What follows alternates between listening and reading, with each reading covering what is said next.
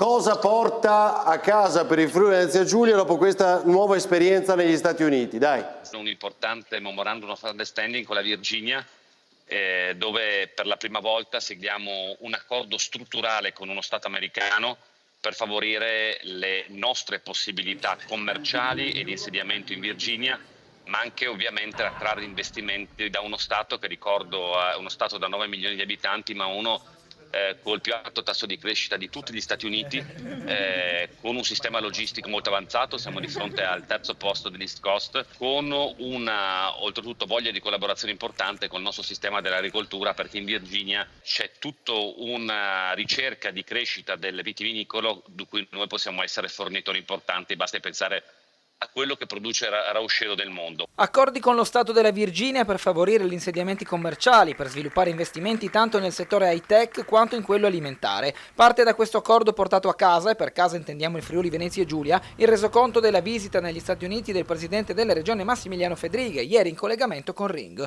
Con grandi potenzialità da scoprire e la necessità di strutturare i rapporti oltreoceano e non solo una tantum, rapporti bilaterali che possono giovare a entrambi, Fedriga ha potuto illustrare tanto a New York quanto a Washington i punti di forza del Friuli Venezia Giulia. Una delle cose che mi hanno chiesto, per esempio, com'è il bilancio della regione Friuli Venezia Giulia. Glieli abbiamo portato e hanno visto che noi, se fossimo uno Stato, tra virgolette, perdonatemi, saremmo uno Stato più affidabile di Stati che hanno una reputazione molto molto buona.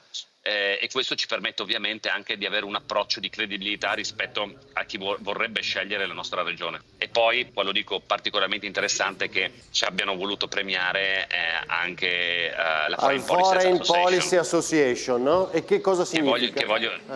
Che è una delle più prestigiose think tank statunitensi, fondata nel 1918, dove ovviamente premiano sulla politica estera. Hanno voluto sottolineare l'impegno di Regione Friuli Venezia Giulia nei rapporti internazionali. Basti pensare che con me è stato premiato il ministro degli esteri spagnolo, l'altro anno era stato premiato il ministro Tajani. È la prima volta che un presidente di regione, ma io ovviamente non come Massimiliano Fedriga, ma rappresentante del Friuli Venezia Giulia, viene premiato nella storia di questo think tank. Quindi evidentemente la nostra presenza è riconosciuta, ecco, anche ai massimi livelli della società americana.